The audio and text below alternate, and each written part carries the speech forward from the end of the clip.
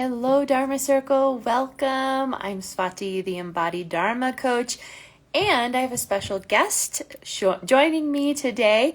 So excited to have Tulsi or Julia join us. We're going to talk Jyotish, Embodied Vedic Astrology, her Sanskrit and Vedic Science course that she's going to be sharing in my Jyotish course. She's a guest teacher. And there she is. Okay, great. Hi, Julia. Can you hear me? There she is. Hi, Julia. Welcome. Hi. Let's hope our connection's good. Thanks.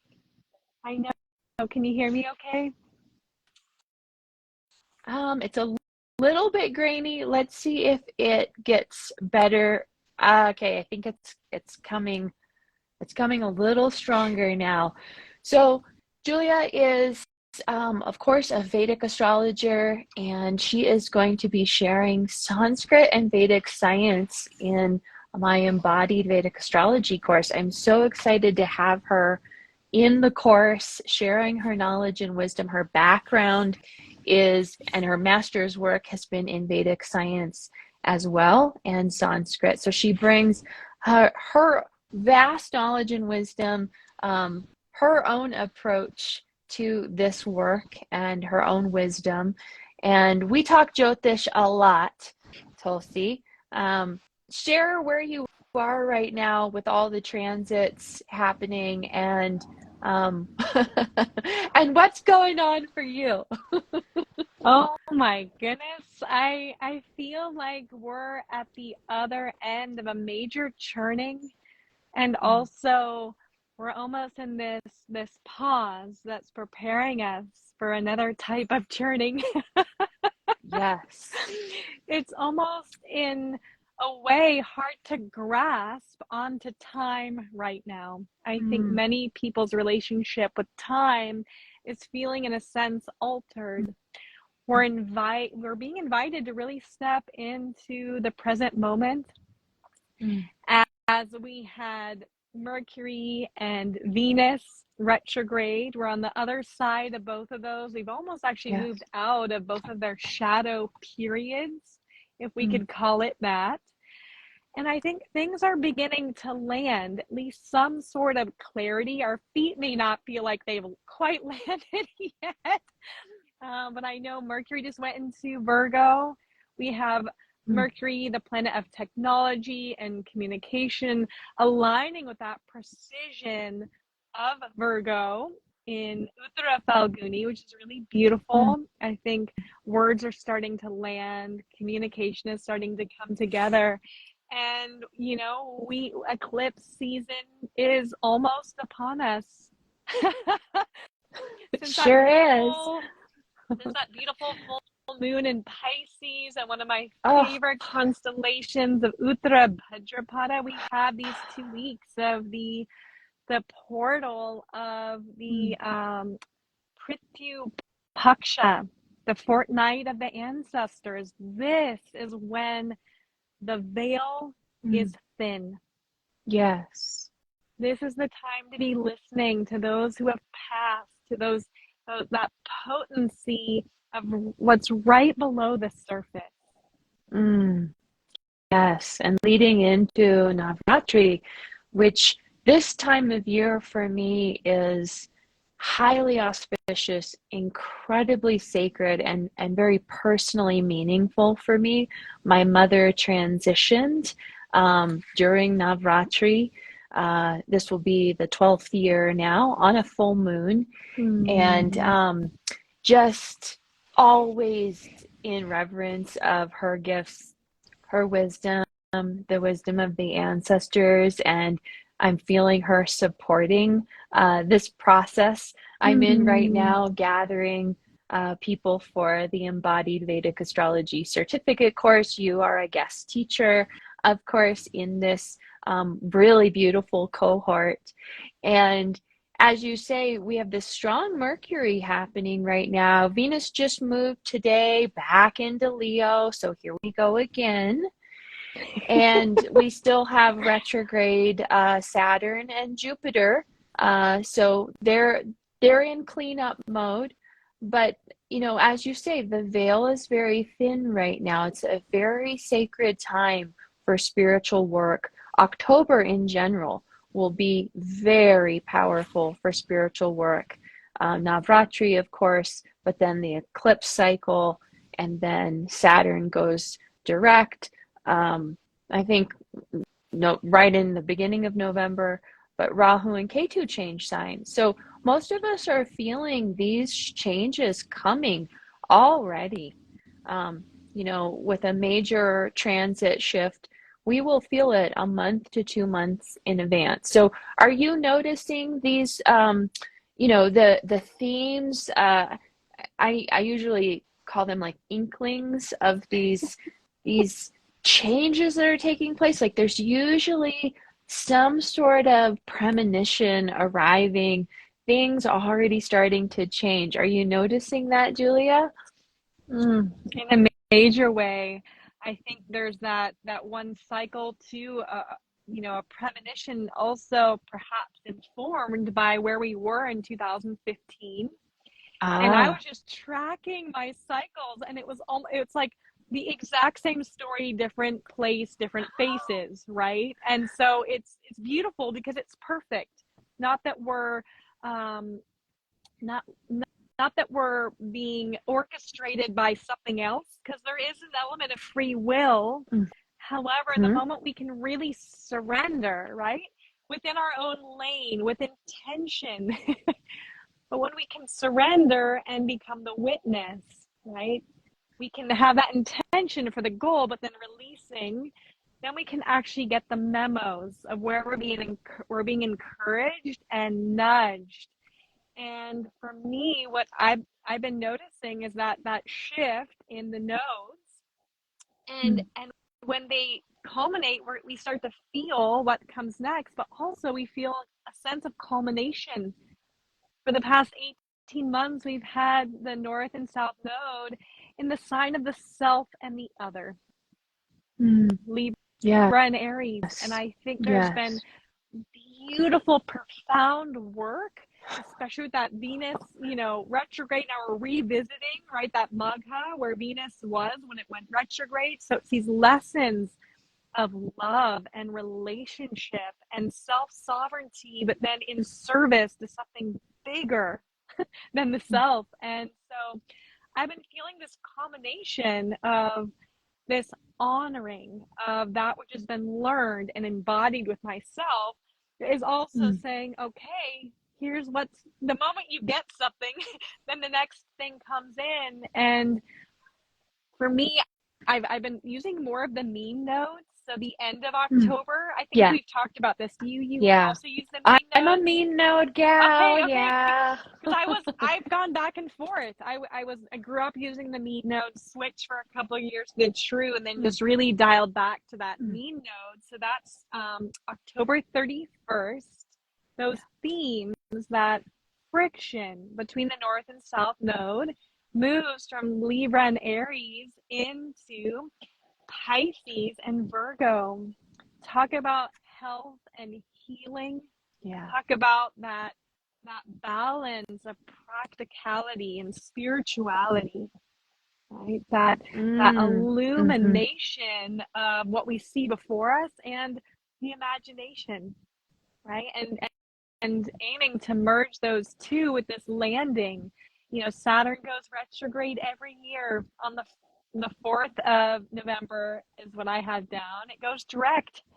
And that's when I think all of the landing is gonna settle. Right? After these two eclipse periods, we have the solar eclipse. October is much more of a spiritual month. So what I've been reminding clients is, we're in this junction point. This isn't about material progress. It's about spiritual progress. Beautiful. And you're giving us a really nice reminder of the Rahu Ketu shift that's coming, which is kind of this dichotomy between the spiritual and the material, because Virgo is very much material world, earthy, right? And Pisces is watery and 12th house oriented, so very spiritual. So that's the shift between this self and other dynamic that we've been in. And boy, it's been quite a ride. And without getting into personal details, there have been some very shocking twists around relationships lately that have to do with healing. And it's very humbling, actually, and surprising, but in a positive way. So there were very challenging sudden shifts in this cycle, and now it's trying to find its resolution. So it's really remarkable. I wonder if others are noticing this as well. Feel free to comment or share. Julia, you bring a very unique expression to your work. We share a very body-centered understanding of Vedic astrology and Vedic knowledge. We both grew up with similar backgrounds, and I know I say this every time we connect, but we know each other through the Transcendental Meditation community. We grew up with this knowledge. We even went to the Maharishi school together. And so we have a very similar understanding, and I truly love and respect that about you. It makes me feel comfortable and safe, in in in our work together. But I'm curious to know, with your Sanskrit and your Vedic science background, for those of you who may not understand what Vedic science is or the benefits of Sanskrit, how has this impacted your life, and what are you bringing to the Vedic astrology course? Because you'll be teaching a monthly Sanskrit and Vedic science class with us in this course. Tell us a little bit about that. Well, it's so beautiful to reflect. You reminded me of one of my favorite moments of connecting with you. I think when, maybe we bonded deeply before, but I think there was like 3 or 4 of us at my house, and we all dressed up for Navratri and did our own ritual. Do you remember that?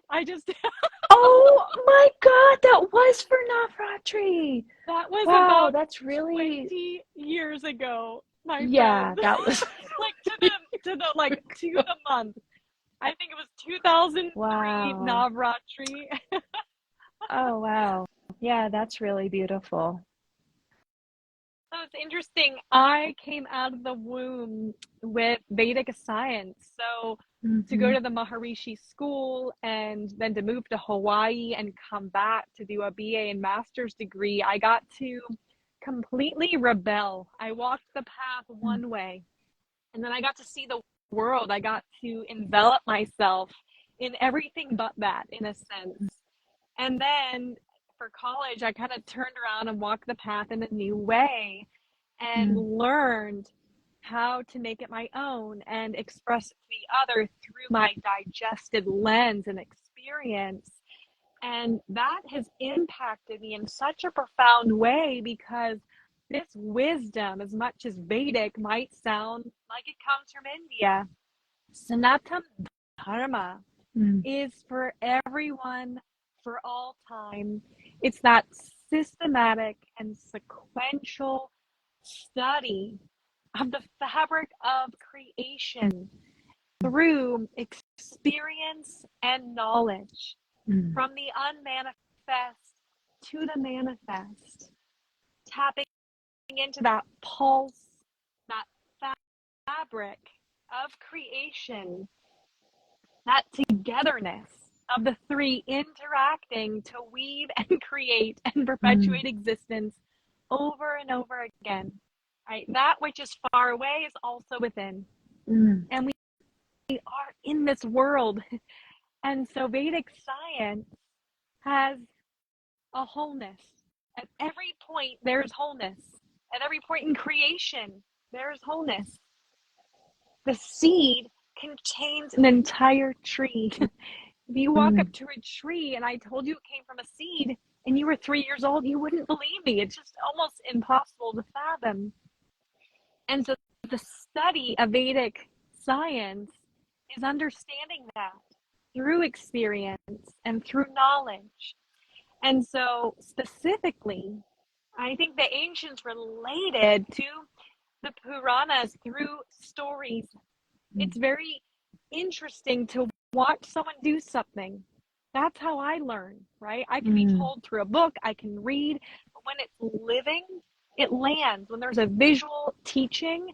And so many of the stories teach us how these philosophical teachings can actually land and become relatable to our life.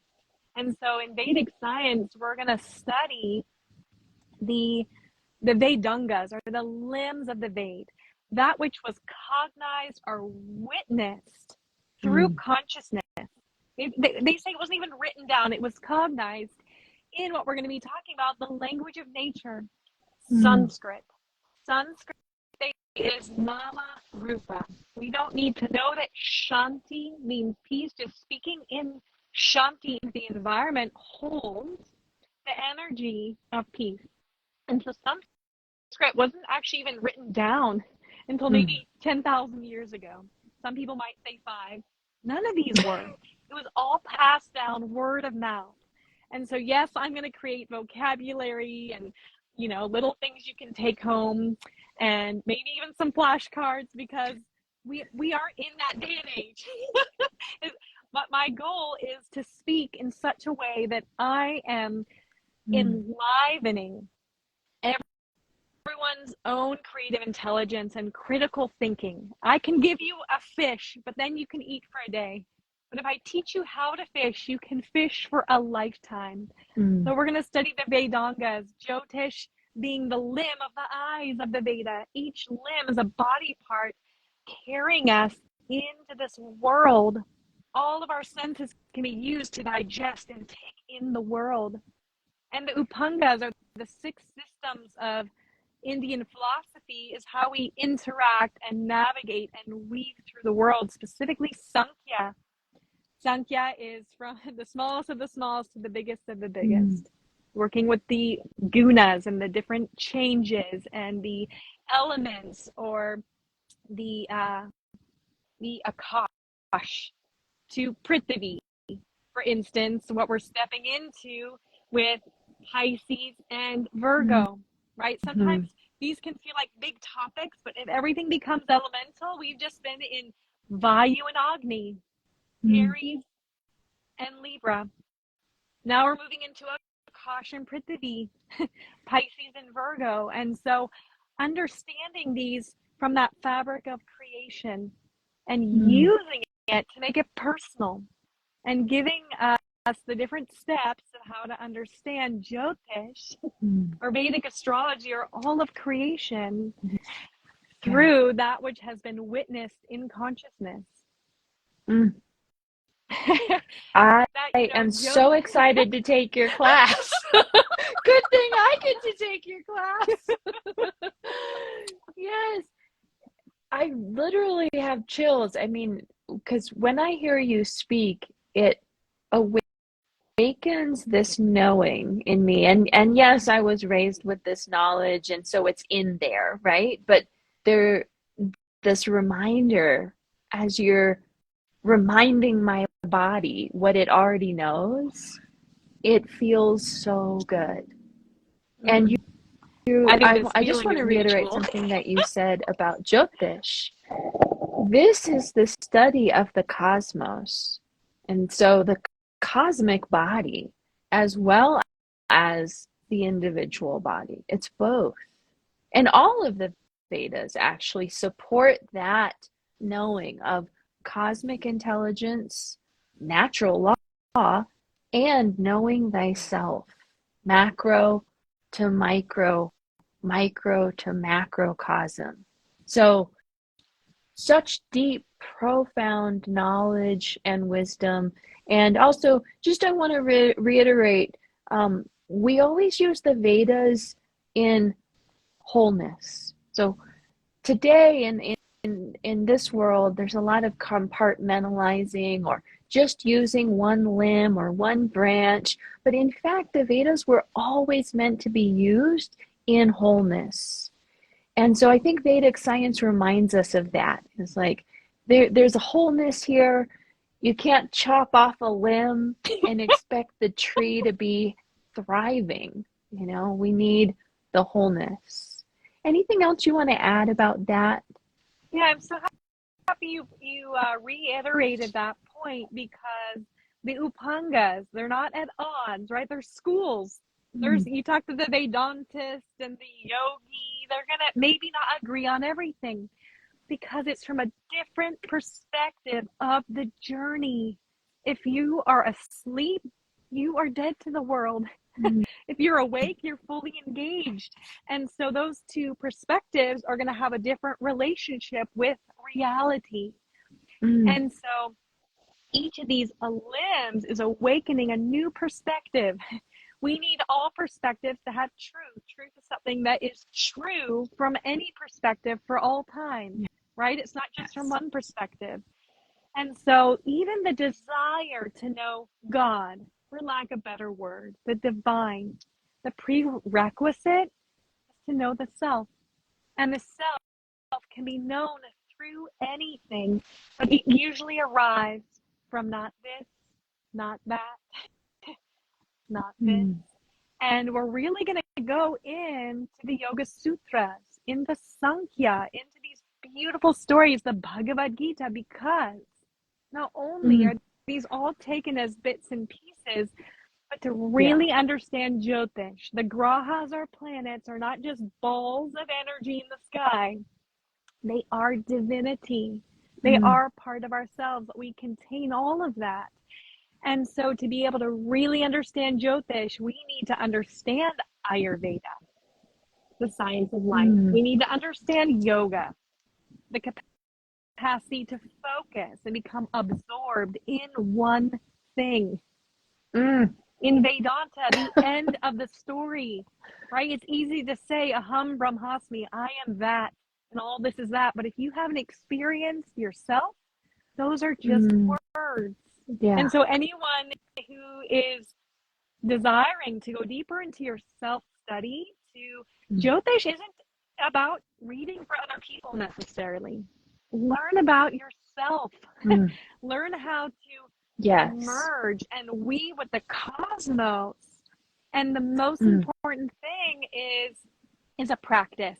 And so anyone Swati and I are here if you have any questions. And if you're going to join us, I encourage you to have some practice. I'll say this on our first day. Have a practice. Absolutely. I grew up with transcendental meditation. It's worked for me for 34 years. That doesn't mean it's going to work for you.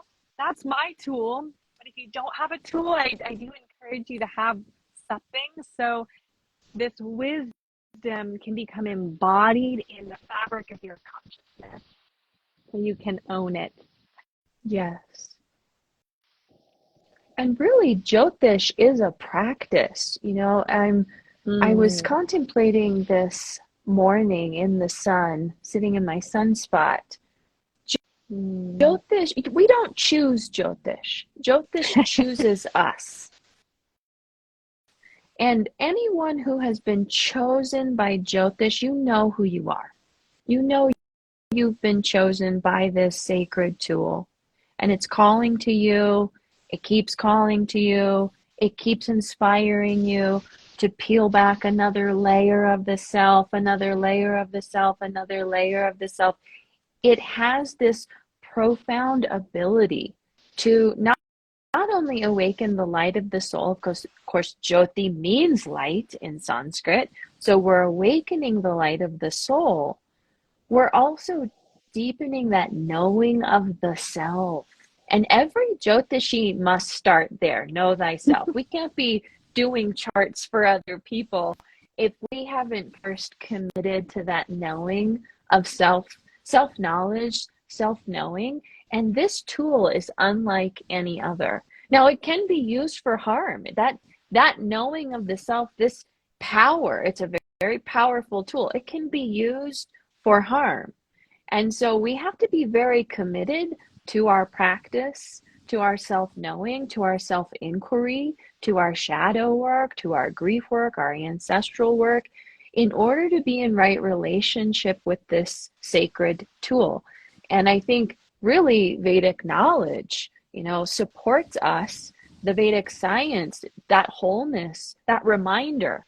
This is not this separate tool over here that you get to use in isolation to predict the future. No, this is part of a whole body of knowledge that, as you reminded us, is about nature, really enlivening our own nature, but aligning us with nature and nature's intelligence. And that's how we use Vedic astrology. Know thyself, align with nature and her cycles and rhythms, natural law, enhancing our relationship with natural law, and being in right relationship with our Dharmic path. So the purpose of the soul. Why are we even here? And I don't know about you, Tulsi, but that is the one thing that plagued me my entire life. Even growing up with Vedic knowledge and wisdom, that was the one thing I had to know. Why am I here? What am I doing here? Why am I here doing this right now? And that one question was the motivator. And there was a lot of pain around this, a lot of pain. And it's actually through the pain that I was able to get the answers. It was being motivated by, I need to know, and there has to be an answer, there has to be a solution, there has to be a reason for what's happening in this life for me and the pain and the suffering so far. And Jyotish gave me those answers. And it actually wasn't through other Jyotishis. I have a very strange story in that growing up with Vedic knowledge and wisdom, you'd think I would have, had all these answers and had clarity and all this self-knowing, but that was not the path for me. And many Jyotishis even led me astray, and it caused more confusion for me.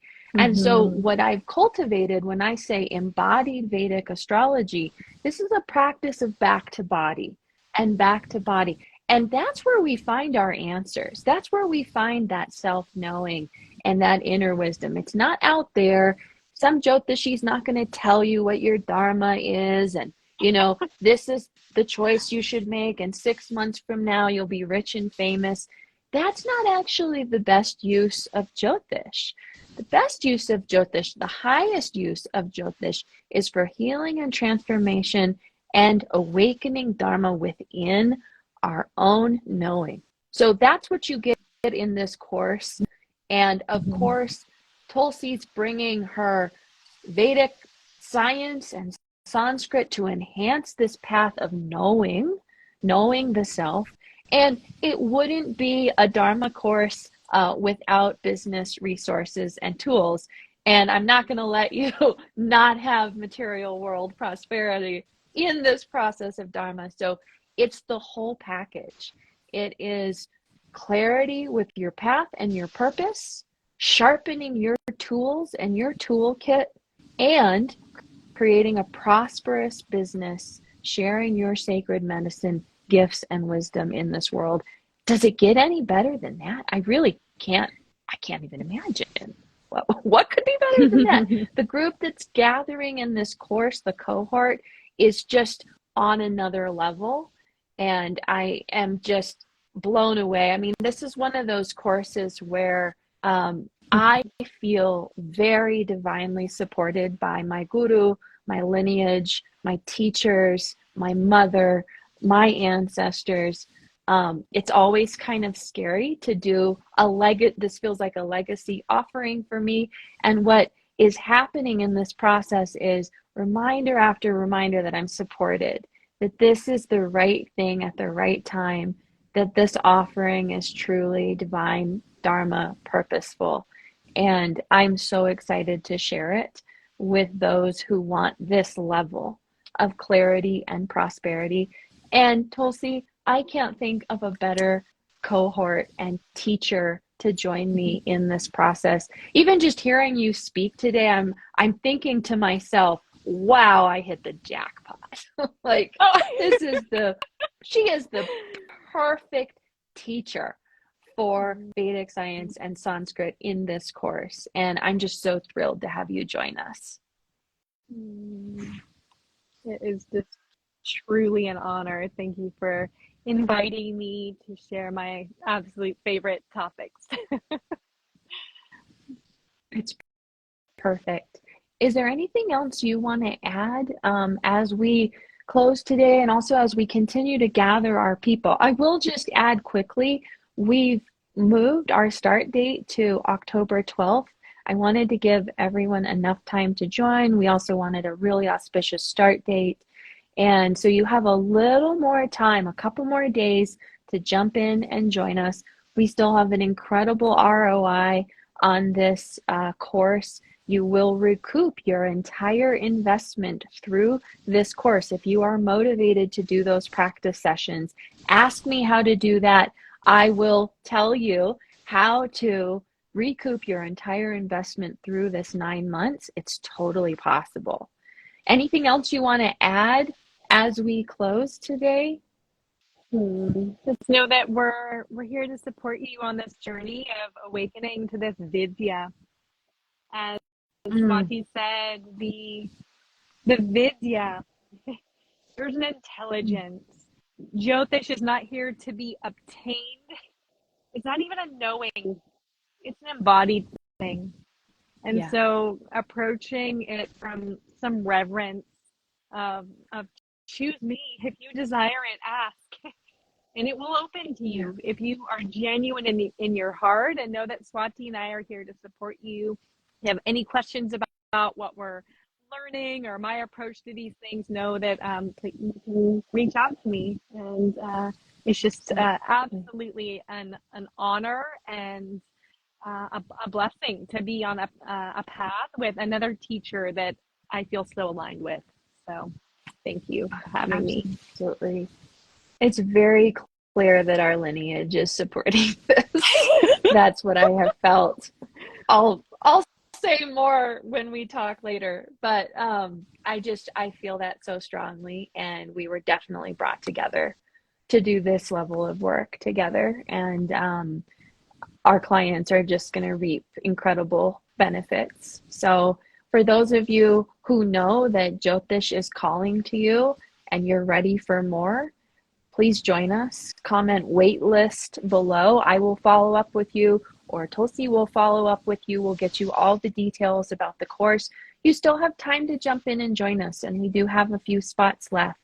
Waitlist, comment waitlist below. We'll get you the details, and many blessings to you during this very sacred junction point. Such a powerful time for spiritual work and development. So stay close to your body, and hope to see you in the course. Thanks again, Tulsi. Bye. Thank you.